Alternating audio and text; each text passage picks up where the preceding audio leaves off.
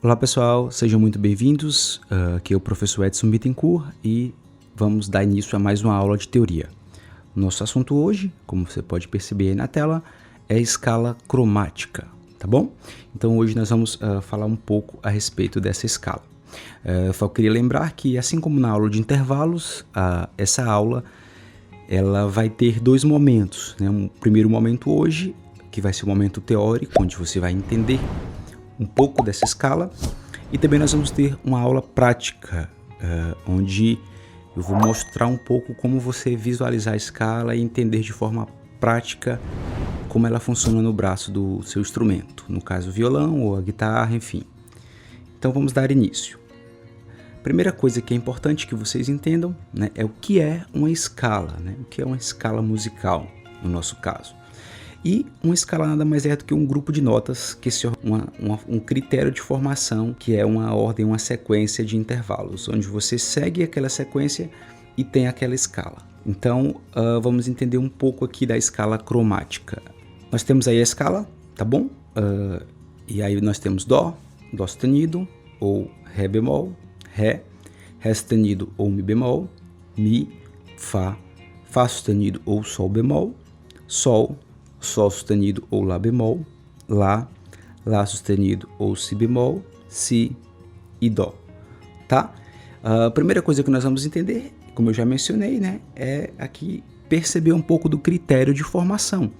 Você percebe que nós andamos apenas meio tom, né? O critério de formação, então, da escala é que ela é uma sequência de semitons.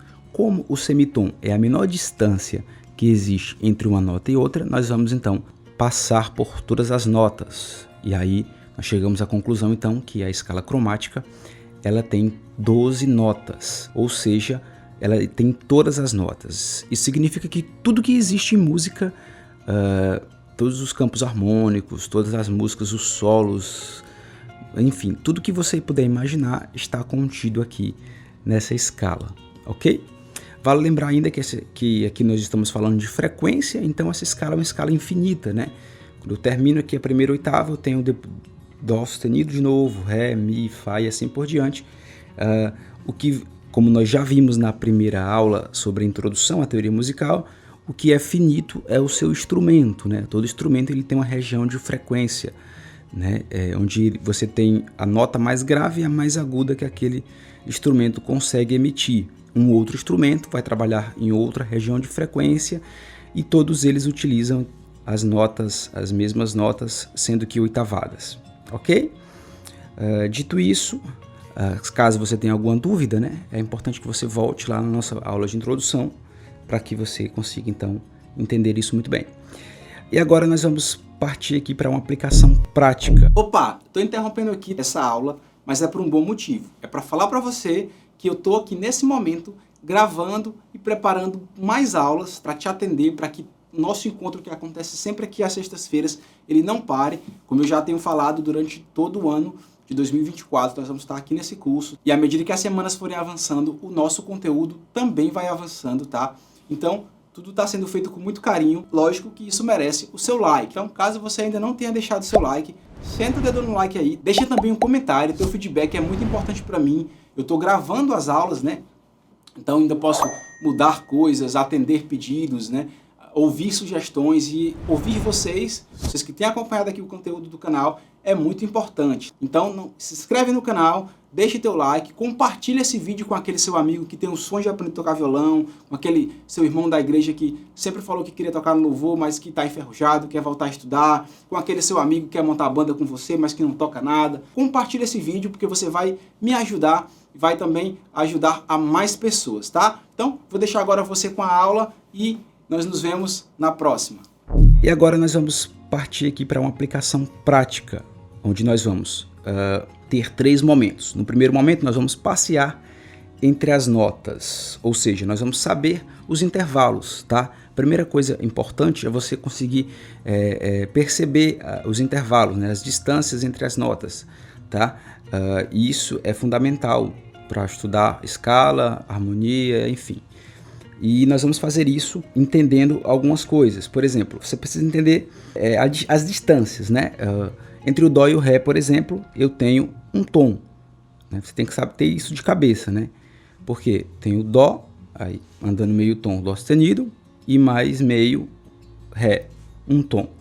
É isso? Se fosse um Ré sustenido, nós teríamos aí um tom e meio, onde eu saindo do Dó, eu teria andando meio tom, Dó sustenido, mais meio Ré, um tom, e mais meio Ré sustenido, um tom e meio, ok? Se fosse um Mi, 2 tons, tá? Então isso aí você tem que ter de bate pronto, tá? Você tem que ter isso em mente, as distâncias, os intervalos entre as notas e consequentemente entre os acordes, ok? Essa é a primeira aplicação prática que você deve se preocupar. Nossa segunda aplicação prática será a segunda aula, ou seja, nós vamos ter uma aula sobre o mapeamento do braço, certo? Onde nós vamos então saber da importância de você conseguir andar bem pelo braço, ou seja, a ideia é que você consiga então saber onde estão localizadas todas as notas em toda a extensão do braço, para que você tenha precisão ao executar, para que você consiga então, para que isso não seja um fator limitante para a sua musicalidade, né? Você não sei que nota é, não sei onde é que está, enfim, então isso é bem importante, né, no seu instrumento, que você consiga passear bem. E no nosso caso, nós vamos entender que isso é bem simples. Nós temos no violão e na guitarra, por exemplo, 5 escalas cromáticas, iniciando sempre da afinação, ou seja, nós vamos ter o braço aqui do instrumento, né? São 6 cordas, onde a primeira e a sexta cordas são a mesma corda, né? Recebem o mesmo nome. Então você tem aí 5 escalas cromáticas, uma partindo de Mi, outra partindo de Si, outra partindo de Sol, outra partindo de Ré, e dessa forma você então, tendo em mente a escala cromática, sabendo que a corda solta, por exemplo, da primeira corda, né? A corda Mi, ela tocada solta, ela é a nota Mi. Então, se eu tocar na primeira casa, eu vou ter um Fá. Na segunda casa, mais meio tom, vou ter um Fá sustenido. E assim por diante, tá? Então, isso é bem importante que você consiga se localizar dessa forma. Na aula prática, a gente vai perceber também algumas ferramentas, mas é bom que você já tenha isso em mente. E por último, a questão dos exercícios, que vão se dar de duas formas. Na aula prática, que vocês vão receber já semana que vem, sobre o mapeamento do braço, a localização das notas no braço do seu instrumento, eu vou deixar alguns exercícios para você, e é importante que você pratique esses exercícios. Uma outra forma é que você desenvolva ferramentas, e eu falo um pouco sobre isso lá, mas isso é muito pessoal, essa questão de aprendizagem, né? Comigo funciona como? Eu escrever. Enquanto estudante, eu escrevia a escala, né? De tanto escrever várias vezes, eu memorizava, né? Eu sempre tive a minha aprendizagem ligada à escrita. Então, se eu estiver ouvindo uma palestra, alguma coisa, e eu escrever, fizer anotações, eu me lembro, eu aprendo aquilo. Se eu não escrever, eu simplesmente esqueço, né? Às vezes, só o ato de eu escrever já faz com que eu nem precise voltar lá e ler novamente, eu já memorizo. E isso é uma coisa muito pessoal, para outros funcionam de outras formas. Então é legal que você desenvolva ferramentas para memorizar. Eu falo um pouco sobre isso lá, de algumas ferramentas que funcionam para mim. E aí, a partir disso, você também vai poder desenvolver ferramentas que funcionem para você. Ok? Então, por hoje é isso, né? Nós vamos então ter, como eu já mencionei, na semana que vem uma aula sobre a localização, né, das notas, que a gente chama de mapeamento do braço. E nas próximas aulas de teoria nós vamos trabalhar com essas informações para aprendermos as próximas escalas. Então é bem importante que você revise esse conteúdo sempre que necessário, para que na próxima aula você já tenha ele em mente. Qualquer dúvida, como você sabe, é só falar lá no nosso grupo de alunos, que assim que possível eu já respondo, ok?